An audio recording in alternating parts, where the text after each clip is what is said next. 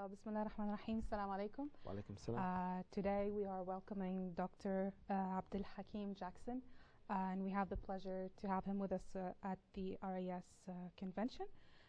Dr. Abdul Hakim, as I was saying, the main topic, the Canadian Muslim Forum have launched a new project this year, and it's about Islamophobia.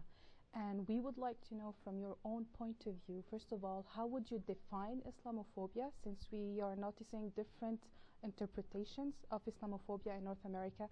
And what would be your advice from your own personal experiences to our Muslim scholars in Canada on how to tackle the issue of Islamophobia and how to teach or address the Muslim communities in masjids, let's say, or Islamic centers, and teach them about Islamophobia?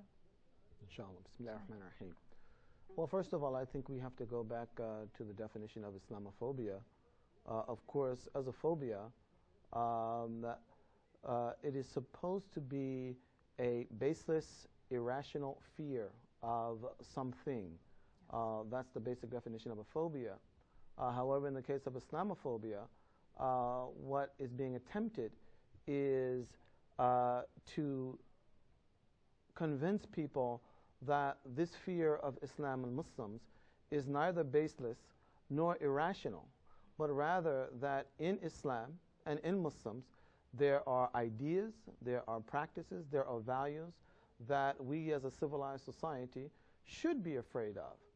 So in other words, what the attempt is, it is to justify fears, biases, prejudices, bigotries toward the Muslim community by saying that these fears, this bigotry, this prejudice is actually founded. Because when we look at the teachings of Islam, we look at the behaviors of the Muslims, we look at the values that they espouse, we even look at what they represent in physical space. Something as simple as you're wearing a headscarf could be taken as a justification for prejudice.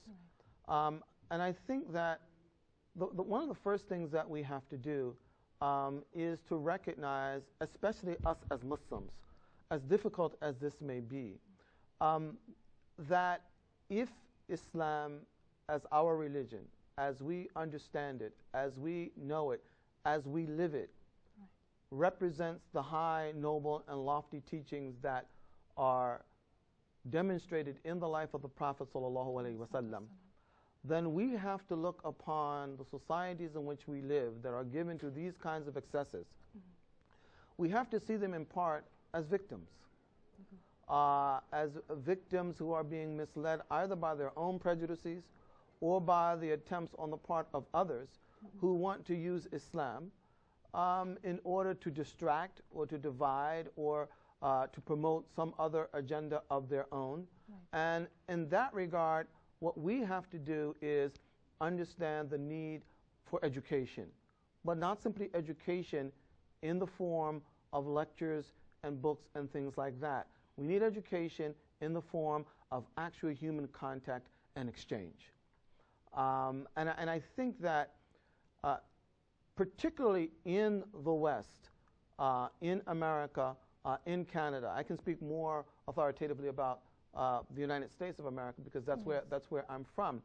But I think that there are so many examples within the broader community of Muslims and non-Muslims living together, being from the same family, having sisters, brothers, cousins, uncles, aunts who are Muslims or who are non-Muslims and who enjoy the values of family bonds, who care for one another, who love one another, who see the integrity of the community as being connected with their own interests in that community. I think that these kinds of lessons have to be a part of the education that we present to the community at large, and get them to understand that it is true that there are many unfortunate political and historical cleavages and divisions that take place in the Muslim world. Yes. And some of those are exacerbated by the policies and the decisions of our governments. Well, that's politics, and that's a part of the reality that we have to confront as well. But with regard to our everyday existence, yes, we need to educate the society in which we live to the point of letting them know, and not simply letting them know in terms of what we say, but and not simply what we do, but how we do it, the degree of empathy with which we do it, the degree of open-heartedness with which we do it. You know, sometimes, I mean, children are very good at this. Yes. Children can hear your words and hear your heart. Yes. Children know when they're loved or when they're not loved, regardless of what's being said.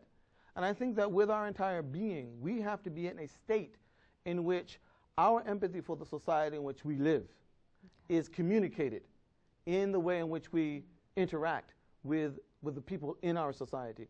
And I think that once we are able to educate people in that manner, I think that they will then be in a position to resist the temptation to take an event that takes place here in this part of the Muslim world, yes, or there in that part of the Muslim world, or maybe even something unfortunate that happens here, yes, as being an excuse or a basis upon which they can say, well, that's what Islam represents, that's what Muslims represent, that's why we are afraid of these people, mm-hmm, and that's why our prejudices are justified. Well, it's interesting that you mentioned children, but my second question would have been, I wanted to know, like, the scholars, the Muslim scholars, you know, how they would address the issue of Islamophobia to the Muslim communities, but also the children's. I mean, them too, in schools and outside their homes, they are facing all kind of Islamophobic acts, mm-hmm, be it from kids or adults too. So how do we address the issue? How do we speak to a child about Islamophobia? And obviously things will happen to him or to her, to our children. How should they react to it? How should they respond to Well, I mean, of course, and this is very difficult for children, because children have not had the time to develop the virtues of patience, of forbearance, or even understanding. It's going to be very, very difficult for them. I think, however, that we should not make the mistake of necessarily thinking that the solution to Islamophobia is one of those very quick, ipsy-dixit, short-term kinds of projects. Yes. We're talking about the future of an entire society. This is a big boat we have to turn. Mm-hmm. It's going to take time. It's going to take effort. There are going to be failures along the way. And I think that what we have to do, especially as Muslims, because we know something that the non-Muslim community may not know. I'm a convert to Islam. Yes. I grew up in the United States of America. I converted to Islam because I saw in Islam a powerful message, a beautiful message, a message that connected me directly with God. I did not convert to Islam because I hated the society in which I lived. Yes. I did not convert to Islam to break off relations with my mother, with my father. My mother is still alive. She's almost 80. She's a believing Christian. Mm-hmm. She's my mother, and I love her.